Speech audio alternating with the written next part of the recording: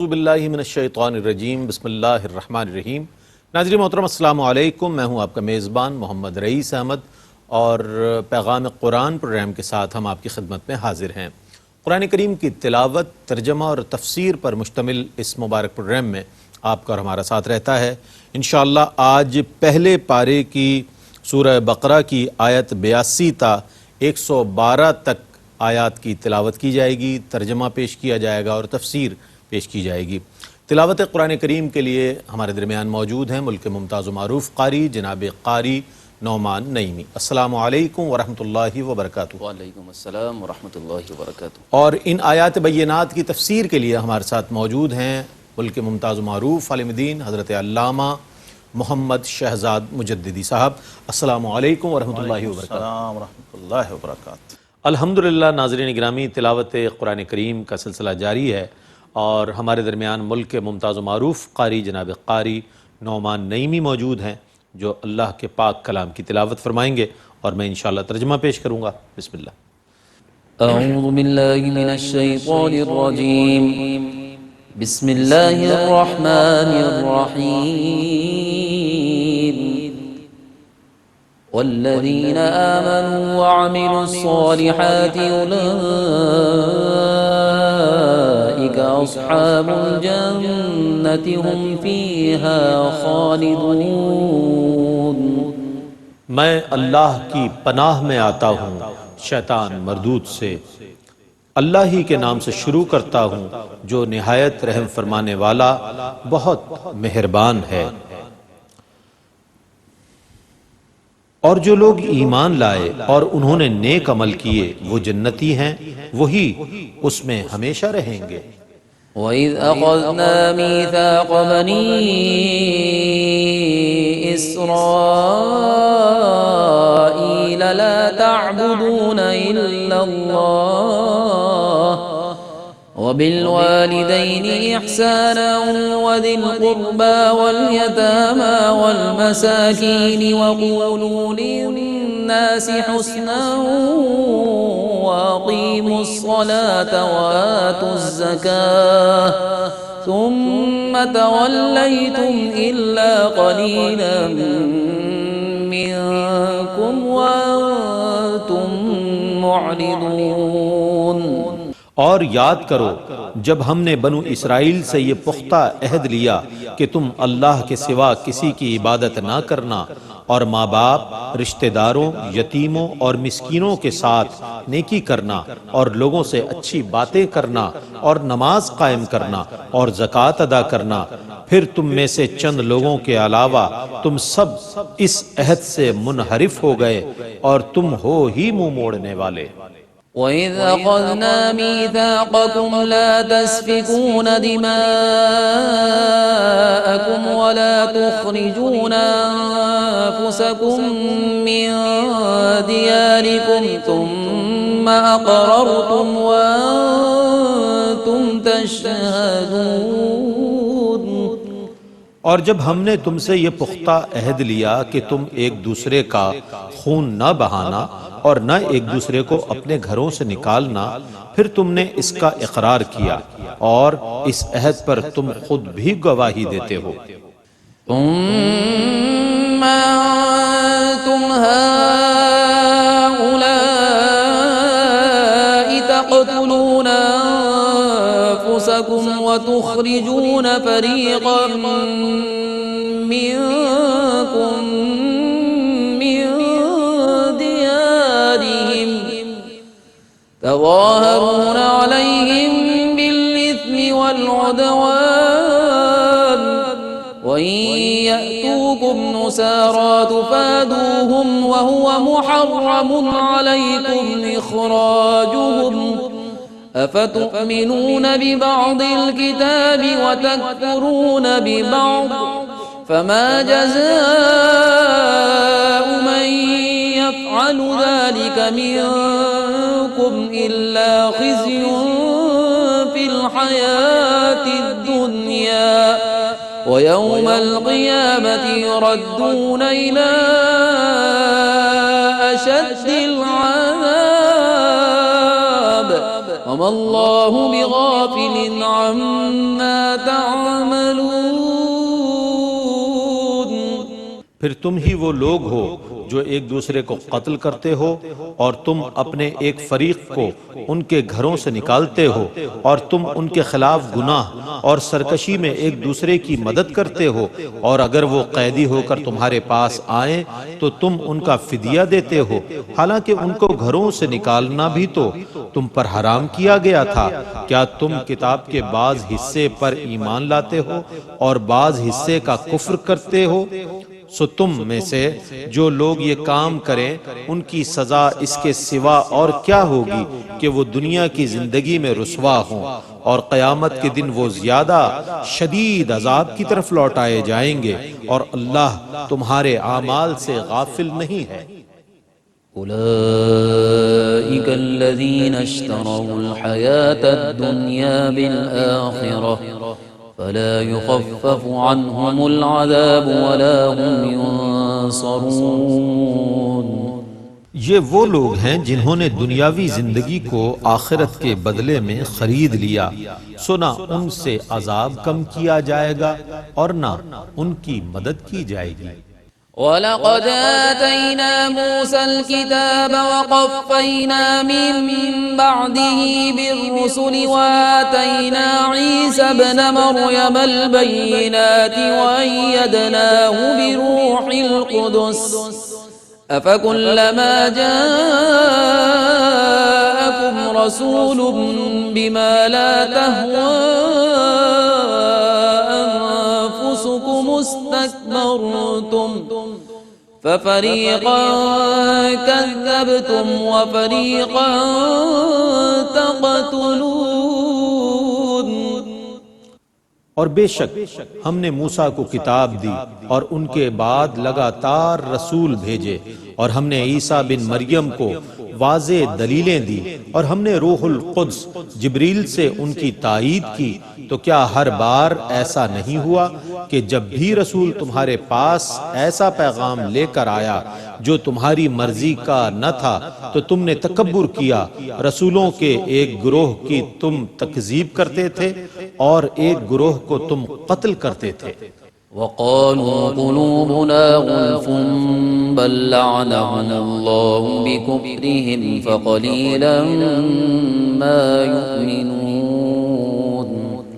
اور یہود نے کہا ہمارے دلوں پر غلاف ہیں، بلکہ ان کے کفر کی وجہ سے اللہ نے ان پر لعنت فرمائی ہے، سو ان میں سے بہت تھوڑے ایمان لاتے ہیں۔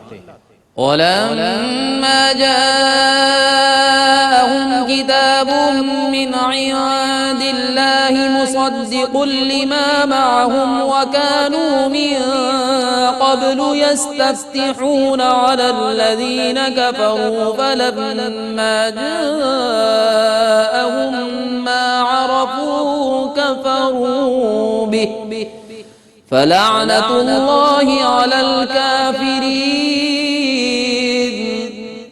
اور جب ان کے پاس اللہ کی طرف سے وہ کتاب آئی جو اس آسمانی کتاب کی تصدیق کرنے والی ہے جو ان کے پاس ہے، اور وہ اس سے پہلے اس نبی کے وسیلے سے کفار کے خلاف فتح کی دعا کرتے تھے، اور جب ان کے پاس وہ آ گئے جن کو وہ جان اور پہچان چکے تھے تو انہوں نے ان کے ساتھ کفر کیا، سو کافروں پر اللہ کی لعنت ہو۔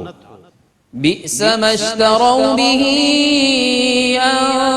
أنفسهم أن يكفروا بما أنزل الله بغيا أن ينزل الله من فضله على من يشاء من عباده فباءوا بغضب على غضب وَلِلْكَافِرِينَ عَذَابٌ مُّهِينٌ۔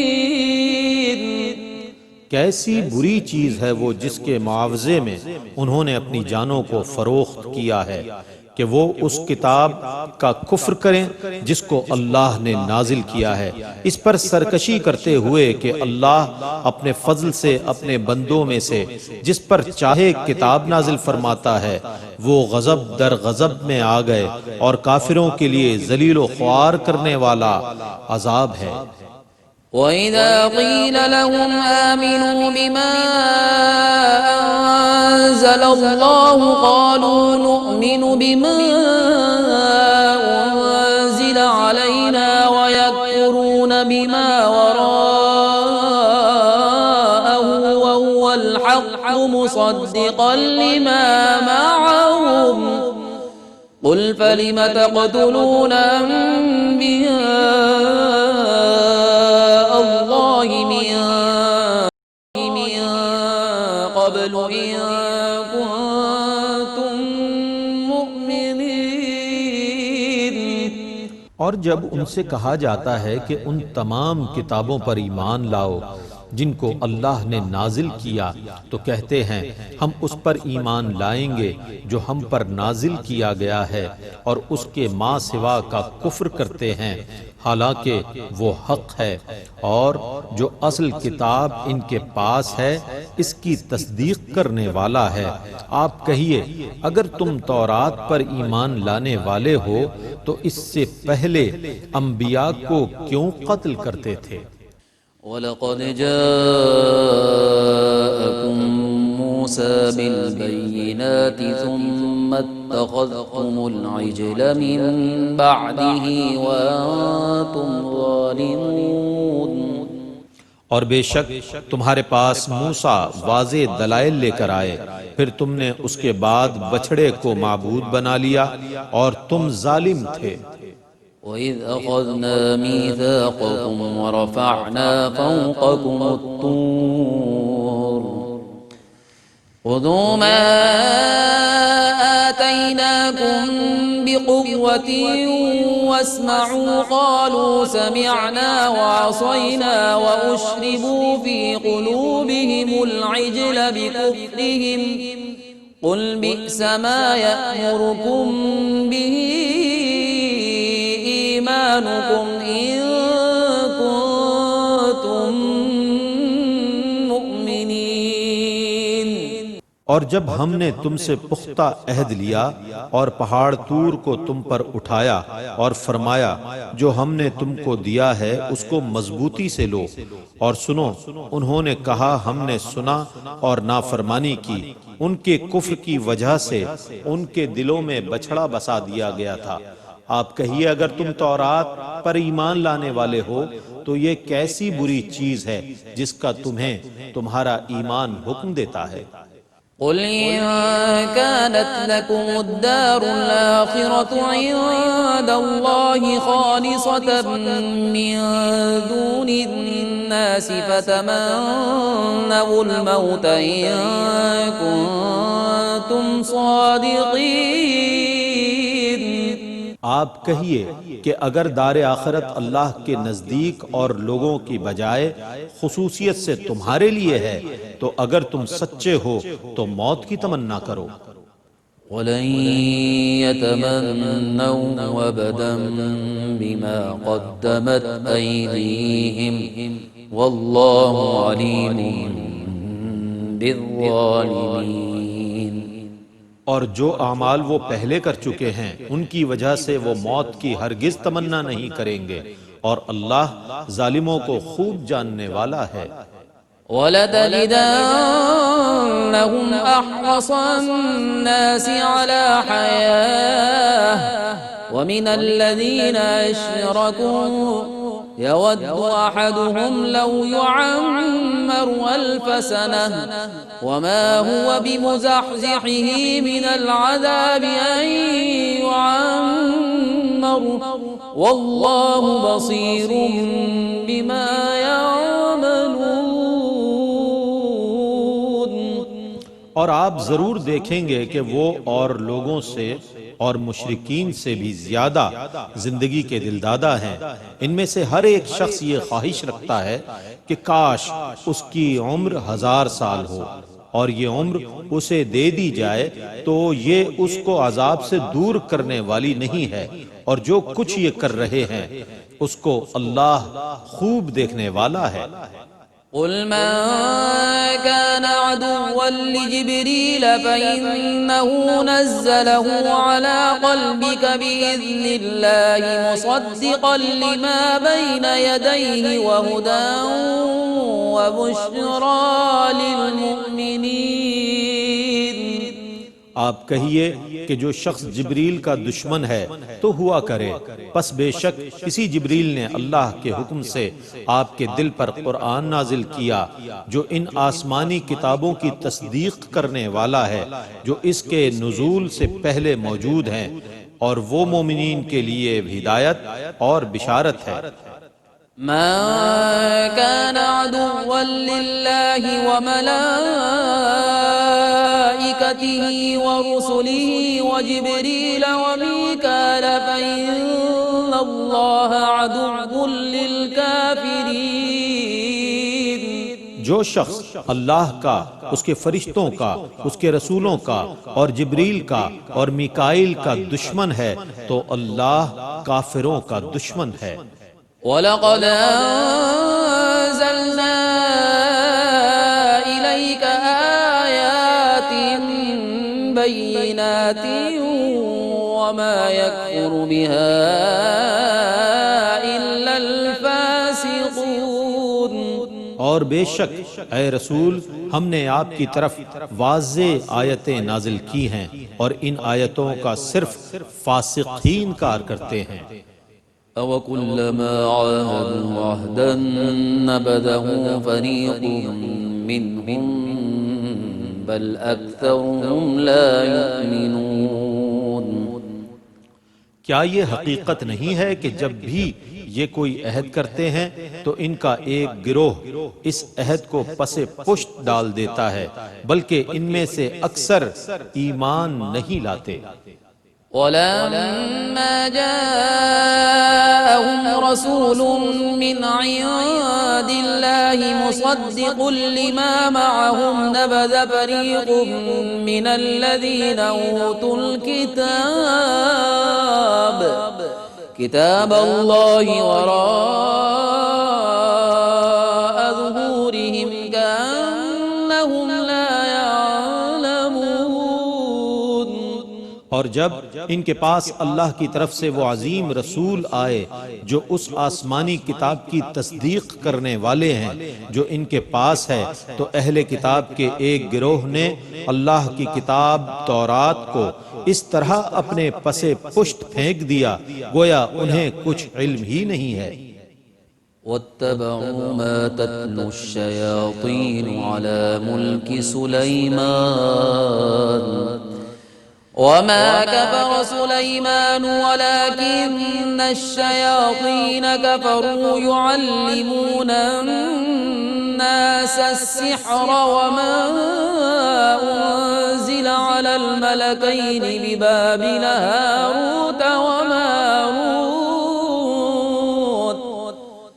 وَمَا يُعَلِّمَانِ مِنْ أَحَدٍ حَتَّى يَقُولَا إِنَّمَا نَحْنُ فِتْنَةٌ فَلَا تَكْفُرْ فَيَتَعَلَّمُونَ مِنْهُمَا مَا يُفَرِّقُونَ بِهِ بَيْنَ الْمَرْءِ وَزَوْجِهِ وَمَا هُمْ بِضَارِّينَ بِهِ مِنْ أَحَدٍ إِلَّا بِإِذْنِ اللَّهِ وَيَتَعَلَّمُونَ مَا يَضُرُّهُمْ وَلَا يَنفَعُهُمْ وَلَقَدْ عَلِمُوا لَمَنِ اشْتَرَاهُ مَا لَهُ فِي الْآخِرَةِ مِنْ خَلَاقٍ وَلَبِئْسَ مَا شَرَوْا بِهِ أَنفُسَهُمْ لَوْ كَانُوا يَعْلَمُونَ۔ اور انہوں نے اس جادو کے کفریہ کلمات کی پیروی کی جس کو سلیمان کے دور حکومت میں شیطان پڑھا کرتے تھے، اور سلیمان نے کوئی کفر نہیں کیا، البتہ شیاطین ہی کفر کرتے تھے۔ وہ لوگوں کو جادو کے کفریہ کلمات سکھاتے تھے اور انہوں نے اس جادو کی پیروی کی جو شہر بابل میں 2 فرشتوں ہاروت اور ماروت پر اتارا گیا تھا، اور وہ فرشتے اس وقت تک کسی کو کچھ نہیں سکھاتے تھے جب تک کہ یہ نہ کہتے ہم تو صرف آزمائش ہیں، تو تم کفر نہ کرو۔ وہ ان سے اس چیز کو سیکھتے جس کے ذریعے وہ مرد اور اس کی بیوی کے درمیان علیحدگی کر دیتے، اور اللہ کی اجازت کے بغیر وہ اس جادو سے کسی کو نقصان نہیں پہنچا سکتے تھے، اور وہ اس چیز کو سیکھتے جو ان کو نقصان پہنچائے اور ان کو نفع نہ دے، اور بے شک وہ خوب جانتے تھے کہ جس نے اس جادو کو خرید لیا اس کا آخرت میں کوئی حصہ نہیں، اور کیسی بری چیز ہے وہ جس کے بدلے میں انہوں نے اپنے آپ کو فروخت کر ڈالا ہے، کاش یہ جان لیتے۔ ولو أنهم آمنوا واتقوا لمثوبة من عند الله خير لو كانوا يعلمون۔ اور اگر یہ ایمان لے آتے اور متقی بنتے تو اللہ کے پاس سے ثواب بہت بہتر ہے، کاش یہ جان لیتے۔ يا أيها الذين آمنوا لا تقولوا راعنا وقولوا انظرنا واسمعوا وللكافرين عذاب أليم۔ اے ایمان والو، اپنے رسول سے راعنا نہ کہو، انظرنا کہو، اور ابتداً غور سے سنا کرو، اور کافروں کے لیے دردناک عذاب ہے۔ ما يود الذين كفروا من أهل الكتاب ولا المشركين أن ينزل عليكم من خير من ربكم والله يختص برحمته من يشاء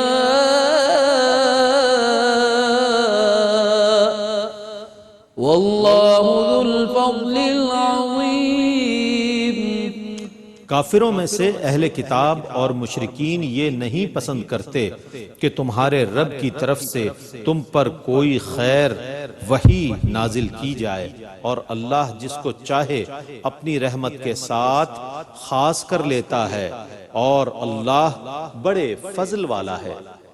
ما ننسخ من آية أو ننسها نأت بخير منها أو مثلها ألم تعلم أن الله على كل شيء قدير۔ جو آیت ہم منسوخ کر دیتے ہیں یا جس آیت کو ہم ذہنوں سے محو کر دیتے ہیں تو ہم اس سے بہتر یا اس کی مثل آیت لے آتے ہیں۔ اے مخاطب، کیا تو نہیں جانتا کہ اللہ ہر چیز پر قادر ہے؟ ألم تعلم أن الله له ملك السماوات والأرض وما لكم من دون الله من ولي ولا نصير۔ اے مخاطب، کیا تو نہیں جانتا کہ آسمانوں اور زمینوں کا ملک اللہ ہی کے لیے ہے؟ اے مسلمانوں، اللہ کے سوا تمہارا کوئی دوست اور مددگار نہیں ہے۔ ام تريدون ان تسألوا رسولكم كما سئل موسى من قبل ومن يتبدل الكفر بالإيمان فقد ضل سواء السبيل۔ کیا تم بھی اپنے رسول سے ایسے لا یعنی سوال کرنا چاہتے ہو جیسے اس سے پہلے موسیٰ سے سوال کیے گئے تھے، اور جس نے ایمان کو کفر سے بدلا وہ سیدھے راستے سے گمراہ ہو گیا۔ وَدَّ كَثِيرٌ مِّنْ أَهْلِ الْكِتَابِ لَوْ يَرُدُّونَكُمْ مِّن بَعْدِ إِيمَانِكُمْ كُفَّارًا حسدا من عند أنفسهم من بعد ما تبين لهم الحق فاعفوا واصفحوا حتى يأتي الله بأمره إن الله على كل شيء قدیر۔ بہت سے اہل کتاب نے ان پر حق واضح ہو جانے کے باوجود اپنے حسد کی وجہ سے یہ چاہا کہ کاش وہ ایمان کے بعد تم کو پھر کفر کی طرف لوٹا دیں، سو تم ان کو معاف کرو اور درگزر کرو حتیٰ کہ اللہ اپنا کوئی اور حکم صادر فرمائے، بے شک اللہ ہر چیز پر قادر ہے۔ وَأَقِيمُوا الصَّلَاةَ وَآتُوا الزَّكَاةَ وَمَا تُقَدِّمُوا لِأَنفُسِكُم مِّنْ خَيْرٍ تَجِدُوهُ عِندَ اللَّهِ إِنَّ اللَّهَ بِمَا تَعْمَلُونَ بَصِيرٌ۔ اور نماز قائم کرو اور زکوٰۃ ادا کرو، اور جو نیک کام تم اپنے لیے پہلے بھیجو گے اس کو اللہ کے پاس پاؤ گے، بے شک اللہ تمہارے کاموں کو دیکھنے والا ہے۔ وَقَالُوا لَن يَدْخُلَ الْجَنَّةَ إِلَّا مَن كَانَ هُودًا أَوْ نَصَارَىٰ تِلْكَ أَمَانِيُّهُمْ قُلْ هَاتُوا بُرْهَانَكُمْ إِن كُنتُمْ صَادِقِينَ۔ اور اہل کتاب نے کہا جنت میں صرف یہودی یا عیسائی جائیں گے، یہ ان کی باطل تمنائیں ہیں، آپ کہیے اگر تم سچے ہو تو دلیل پیش کرو۔ بَلَىٰ مَنْ أَسْلَمَ وَجْهَهُ لِلَّهِ وَهُوَ مُحْسِنٌ فَلَهُ أَجْرُهُ عِندَ رَبِّهِ وَلَا خَوْفٌ عَلَيْهِمْ وَلَا هُمْ يَحْزَنُونَ۔ کیوں نہیں جس نے اللہ کے سامنے سرے تسلیم خم کر دیا اور وہ نیکی کرنے والا بھی ہے تو اس کا اجر اس کے رب کے پاس ہے، اور آخرت میں ان کو نہ خوف ہوگا اور نہ وہ غمگین ہوں گے۔ ماشاءاللہ ناظرین، آج آپ نے جن آیات بینات کی تلاوت اور ترجمہ ملاحظہ فرمایا ان کی تفسیر کے لیے، خلاصے کے لیے میں ملتمس ہوں حضرت علامہ محمد شہزاد مجددی صاحب کی خدمت میں کہ تفسیر فرمائیں۔ بسم اللہ الرحمن الرحیم، الحمدللہ رب العالمین والصلاة والسلام علی اشرف الانبیاء والمرسلین وعلی آلہ وصحبہ اجمعین۔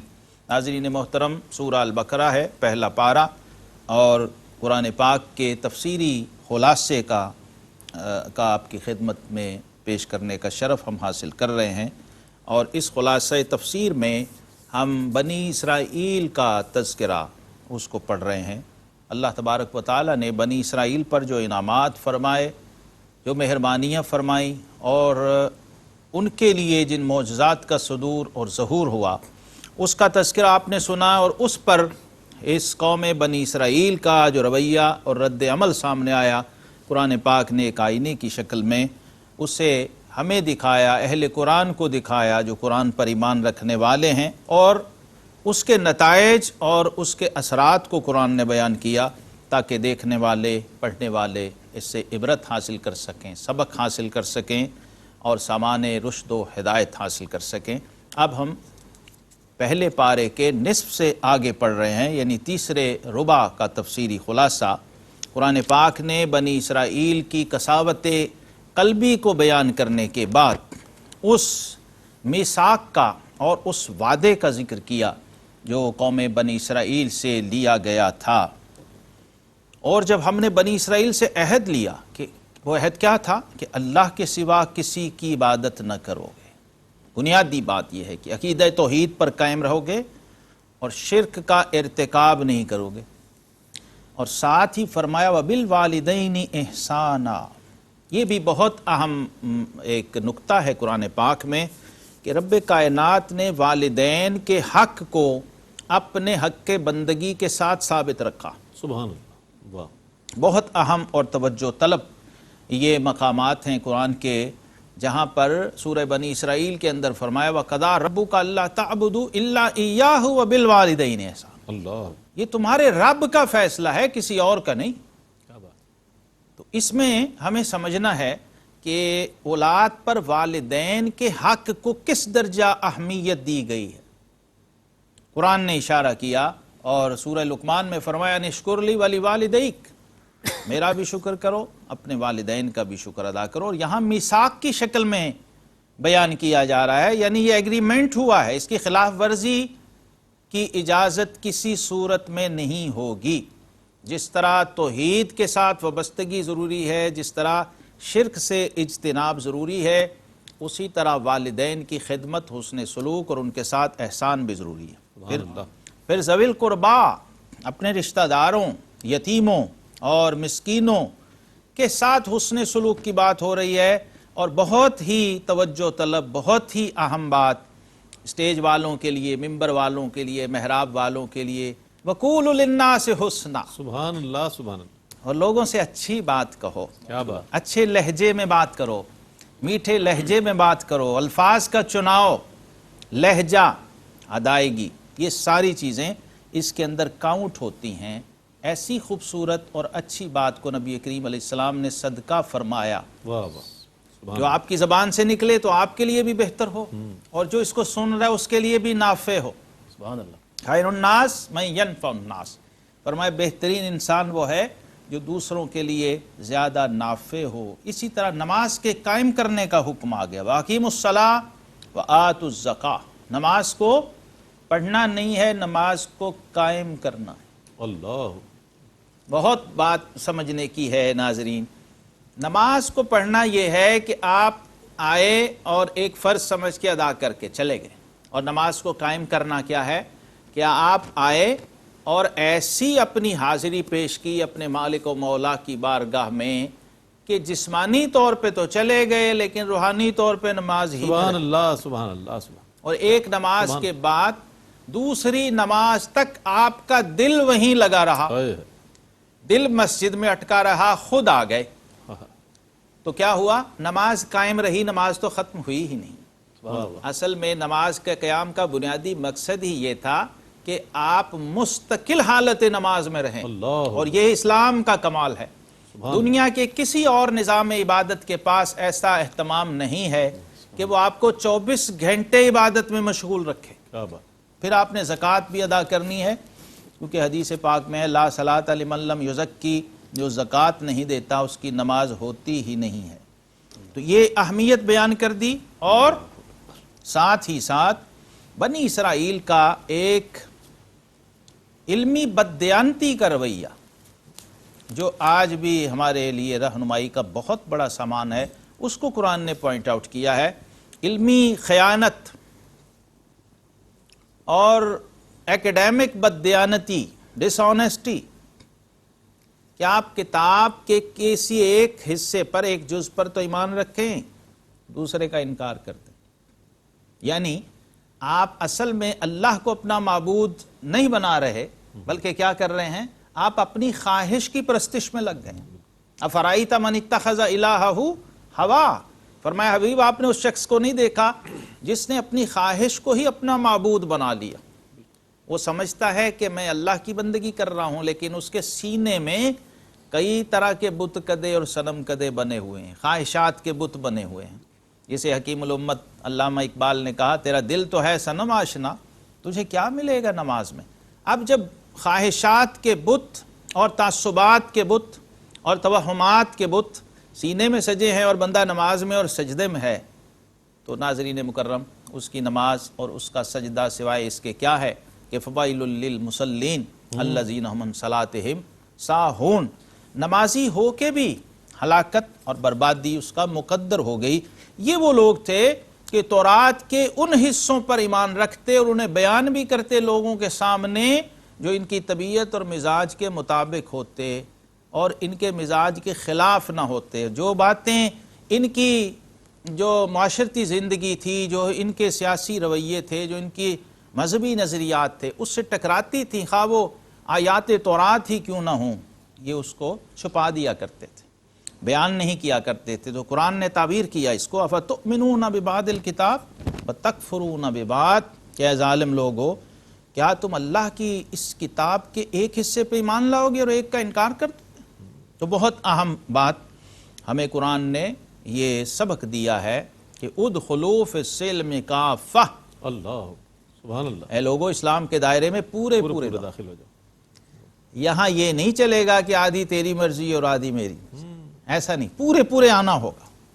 جب آ گئے تو پورے آ جاؤ، پھر اپنی مرضی نہیں چلے گی، اپنی خواہش نہیں چلے گی۔ آقا کریم علیہ الصلوۃ والسلام نے اس لیے فرمایا تھا کہ لا یؤمن احدکم حتی یکون ہواہ تبعا لما جئت بہ، تم میں سے کوئی شخص مومن نہیں ہو سکتا جب تک کہ اس کی خواہش اس کے تابع نہ ہو جائے جو میں لے کر آیا ہوں، اللہ، یعنی کتاب اور سنت، میرے دین کے تابع نہ ہو جائے۔ یہ رویہ بنی اسرائیل کا تھا، یہ رویہ یہود کا تھا، یہ ان باطل قوموں کا رویہ تھا جن کو قرآن نے کنڈیم کیا ہے، اور پھر فرمایا کہ ان لوگوں کی یعنی تضاد کا ایک عجیب ملغوبہ تھی یہ قوم، کہ ایک طرف یہ رویہ کہ اپنے پیغمبر موسیٰ علیہ السلام جن پہ ایمان تھا ان کے ساتھ بے ادبی، اور جو کتاب ان پہ اتری اور جو کتاب ان کے لیے آئی اس کے ساتھ ان کا رویہ کچھ کو ماننے کا اور کچھ کے انکار کا تھا۔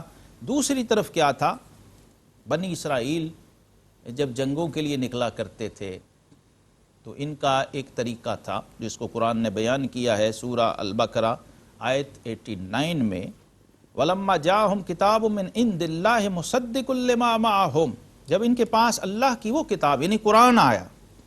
اب قرآن کا اعجاز و کمال دیکھیے، قرآن اپنے سے پہلی کتابوں کا انکار نہیں کرتا، ان کی تصدیق کرتا، کیا بات، ان کی توثیق کرتا، واہ واہ، ان کی اوتھینٹسٹی کو کنفرم کرتا۔ یہ خود قرآن کی حقانیت کی بہت بڑی دلیل کیا ہے۔ بات، اس کے باوجود ان لوگوں کا قرآن سے ٹکراؤ وہ سمجھ سے بالا تر ہے، اور خود ان کے باطل ہونے کی بہت بڑی دلیل ہے۔ الحمدللہ ہم جو قرآن پہ ایمان رکھنے والے ہیں، ہم تورات پہ بھی ایمان رکھتے ہیں، زبور پہ بھی ایمان رکھتے ہیں، انجیل پہ بھی ایمان رکھتے ہیں، اور جتنے صحیفے رب کائنات نے اپنے رسول علیہ السلام پر اتارے ہم ان پر ایمان رکھتے ہیں۔ اب ان کا رویہ دیکھیں کیسا ہے کہ ان کے سامنے جب وہ کتاب آئی جو ان کی تصدیق کرنے والی یعنی تورات کی، زبور کی تصدیق کرنے والی ہے، اور وہ پیغمبر، وہ جلیل القدر رسول آئے جن کے وسیلے سے یہ کافروں پر فتح مانگا کرتے تھے، یستفتحون علی الذین کفروا، یہ قرآن کی نص بتا رہی ہے کہ وسیلہ پیش کر کے دعا مانگنا، سبحان اللہ سبحان اللہ، یہ قرآنی طریقہ ہے۔ کیا بات ہے، کیا بات، اور اللہ تبارک و تعالی نے قرآن پاک کی اس آیت کے اندر ان کے اس عمل کو بطور حجت پیش کیا کہ بھئی جس کی آمد سے پہلے اس کے وسیلے سے دعائیں مانگا کرتے تھے اور اس پہ فتح حاصل کیا کرتے تھے، جب وہ خود صاحب وسیلہ جلوہ افروز ہو گیا، سبحان اللہ سبحان اللہ، جب وہ آقا کریم علیہ الصلوۃ والسلام وہ وسیلہ عظمیٰ اور وسیلہ کبریٰ واہ واہ، جب خود جلوہ افروز ہو گئے تو اب ان کا انکار کیوں کر رہے ہیں؟ اللہ اکبر، فَلَمَّا جَاءَهُمْ مَا عَرَفُوا كَفَرُوا بِهِ، اللہ اکبر، وہ جانا پہچانا، کیا ایمان افروز ترجمہ ہے، وہ ہستی تشریف لے آئی ما عرفوا، جنہیں یہ اچھی طرح جانتے تھے، انہیں پتا تھا یہ وہی ہیں، وہی محبوب ہیں، وہی والضحیٰ کے چہرے والے ہیں، وہی واللیل کی زلفوں والے ہیں، اور وہی یہ کھجوروں کی سرزمین ہے جہاں 1000 سال پہلے آ کے انہوں نے بستیاں بسا لی تھیں کہ وہاں پر اللہ کے محبوب جلوہ گر ہوں گے، خاتم النبیین صلی اللہ تعالی علیہ وسلم کی یہ ہجرت گاہ ہوگی مدینہ طیبہ۔ لیکن ان لوگوں نے اس ذات پاک کا انکار کر دیا جن کے وسیلے سے یہ پہلے دعائیں مانگا کرتے تھے اور فتح پایا کرتے تھے، اس لیے قرآن نے کہا فلعنۃ اللہ علی الکافرین۔ اب اگلی بات، ان لوگوں کا ایک اور رویہ جس کو قرآن نے بیان کیا، وہ کیا ہے؟ جب مزاج میں باطل کا غلبہ ہو جاتا ہے نا تو پھر بندہ چاہتا ہے کہ میں مروں نہ، ہمیشہ جیتا رہوں۔ اور قرآن پاک نے ایک اور بہت انسانی نفسیات کے بہت ہی اہم مسئلے کو یہاں پر ڈسکس کر دیا اس آیت 96 کے اندر البقرہ، فرمایا اور تم مشرکوں میں سے دیکھو گے کفار، ان کی ایک صفت کیا ہے؟ یہ کہتے ہیں یود احدہم لو یعمر الف سنہ، اگر 1000 سال تک بھی ان کو عمر دے دی جائے تو یہ کہیں گے کاش ہماری عمر اور بڑھ جائے۔ فرمایا یہ کیسے ہی عجیب لوگ ہیں، یہ سمجھتے ہیں کہ ہم اس طرح عذاب سے بچ جائیں گے اور عذاب ٹل جائے گا۔ فرمایا ایسا نہیں ہے، واللہ بصیر بما یعملون، اللہ تبارک و تعالی ان کے ہر لحظے ہر عمل کو دیکھ بھی رہا ہے اور اس کو جانتا بھی ہے۔ اور ناظرین مکرم، اس پارے میں جو تفسیری خلاصہ ہے، اس میں ایک بہت اہم جو میں آخری بات عرض کرنا چاہتا ہوں، جس کو قرآن پاک نے بہت اہمیت سے بیان کیا ہے، آیت 98 سورہ البقرہ، کہ جو کوئی دشمن ہو اللہ کا اور فرشتوں کا اور اس کے رسولوں کا اور جبریل اور میکائیل کا، تو اللہ دشمن ہے کافروں کا۔ وَإِنَّ اللَّهَ عَدُوٌّ لِّلْكَافِرِينَ، یعنی اللہ کی دشمنی، اللہ کے فرشتوں کی دشمنی، اللہ کے رسولوں کی دشمنی، اور خاص طور پہ نام لے کے فرما دیا روح القدس سیدنا جبریل امین علیہ نبینا علیہ الصلاۃ والسلام کا اور سیدنا میکائیل علیہ الصلاۃ والسلام کا۔ یہ ناظرین یاد رکھیے ملائکہ رسل میں سے ہیں۔ جو 4 ملائکہ رسل ہیں، سیدنا جبریل، سیدنا عزرائیل، سیدنا میکائیل اور سیدنا اسرافیل علیہ السلام، یہ ملائکہ رسل ہیں، یہ رسول فرشتے ہیں جن پر ہم ایمان رکھتے ہیں۔ آمنت باللہ و ملائکتہ، ساتھ ہی اللہ، ایمان باللہ کے ساتھ ایمان بالملائکہ، اس لیے ملائکہ کی بے ادبی یاد رکھیے دائرہ ایمان سے خارج کر دیتی۔ اور خاص طور پہ سیدنا جبریل امین کی دشمنی کو اللہ نے اپنی دشمنی فرمایا ہے، کیونکہ یہود جو تھے یہ حضرت جبریل سے دشمنی رکھتے تھے۔ یہود کا وفد حضور علیہ السلام کی بارگاہ میں آیا، انہوں نے کہا جناب یہ بتائیے ہم آپ پہ ایمان لے آئیں گے، لیکن جو فرشتہ آپ پہ وحی لے کے آتا ہے اس کا نام کیا ہے؟ آپ نے فرمایا جبریل امین۔ تو انہوں نے کہا وہ تو ہمارا دشمن ہے۔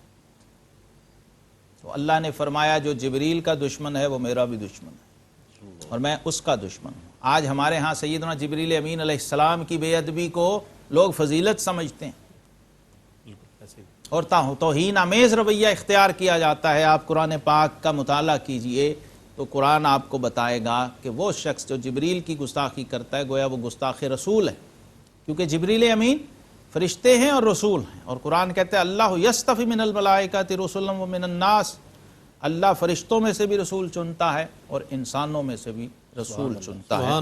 لہٰذا رسول کی بے ادبی دائرہ ایمان سے خارج کر دیتی ہے۔ اور پھر ذرا محبت کے پہلو کو بھی دیکھیے کہ جبریل امین کا ہمارے آقا علیہ السلام سے عشق و محبت کا تعلق، اللہ اکبر، حضور علیہ الصلوۃ والسلام کی ہم نشینی کا شرف حاصل ہے، ان کو آقا کریم علیہ السلام کی صحبت کا شرف حاصل ہے۔ تو اس پہلو سے دیکھیے کہ ہمارے آقا تو ان کا منتظر رہا کرتے تھے۔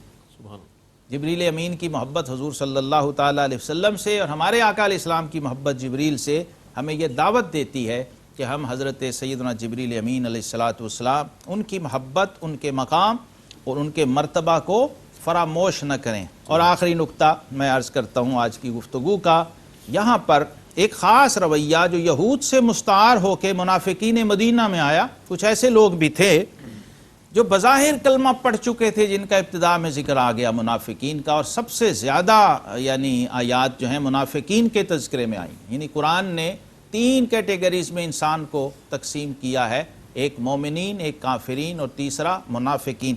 یہ منافقین کا رویہ ہے۔ فرمایا لا تقولوا راعنا وقولوا انظرنا۔ اب یہ جو نفاق کا وائرس ہوتا ہے نا ناظرین، یہ بندے کو بے ادبی کی طرف مائل کرتا ہے، گستاخی کی طرف لے کے جاتا ہے، پھر اس پہ مصر کر دیتا ہے بندے، اس سے ٹلتا نہیں ہے، باز نہیں آتا۔ یہی حال ان لوگوں کا تھا جو مدینہ طیبہ میں رہتے، حضور علیہ السلام کی مجلس میں رہتے، صحابہ کرام کے ساتھ بیٹھتے، لیکن فی قلوبہم مرض فزادہم اللہ مرضا، کسی نہ کسی طرح وہ جو ان کے کفر و نفاق کا وائرس تھا وہ چھلکتا رہتا ان کے رویوں سے۔ یہاں پر آیت 102 کے اندر اس مضمون کو رب کائنات نے بیان فرمایا۔ سورہ البقرہ آیت 104 میں اللہ رب العزت نے ان کی اس بے ادبی کا نوٹس لیا ہے اور اس کو پوائنٹ آؤٹ کیا ہے کہ میرے محبوب علیہ السلام کی مجلس میں بیٹھنے والوں، جب میرے محبوب آقا کریم علیہ الصلاۃ والسلام تم سے خطاب فرمائیں اور مخاطب ہوں تو اس وقت ان کی گفتگو کو تم سننے کے لیے جب رعایت کا لفظ بولتے ہو کہ حضور ہماری رعایت فرمائیے، تو عربی میں لفظ بولا جاتا تھا راعینا، ہماری رعایت فرمائیے. تو اللہ تبارک و تعالیٰ نے ان کے اس رویے کو کہ وہ اپنی زبان کو ذرا دبا کے بے ادبی کی نیت سے کہتے تھے راعینا،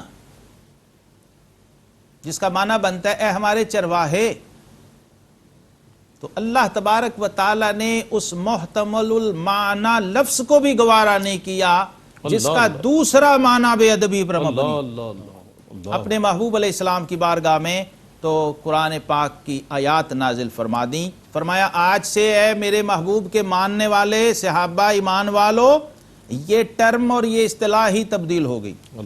آج کے بعد یہ لفظ جس میں گنجائش اور احتمال ہے وہ بولنا ہی نہیں، بلکہ کیا کہنے وَقُولُ انظُرْنَا، کہنا ہے آقا ہماری طرف نظر کرم فرمائے، تاکہ احتمال نہ رہے اور منافق کو موقع نہ ملے، کیونکہ یہ بارگاہ وہ ہے کہ لا ترفعوا اصواتکم فوق صوت النبی ولا تجہروا لہ بالقول کجہر بعضکم لبعض، میرے محبوب کی آواز سے اپنی آواز کو بلند بھی نہ کرنا اور میرے حبیب کو اس طرح مت پکارنا جیسے آپس میں ایک دوسرے کو پکارتے ہو. اللہ رب العزت ہمیں ذوق صحابہ کرام سے بہرہ فرمائے.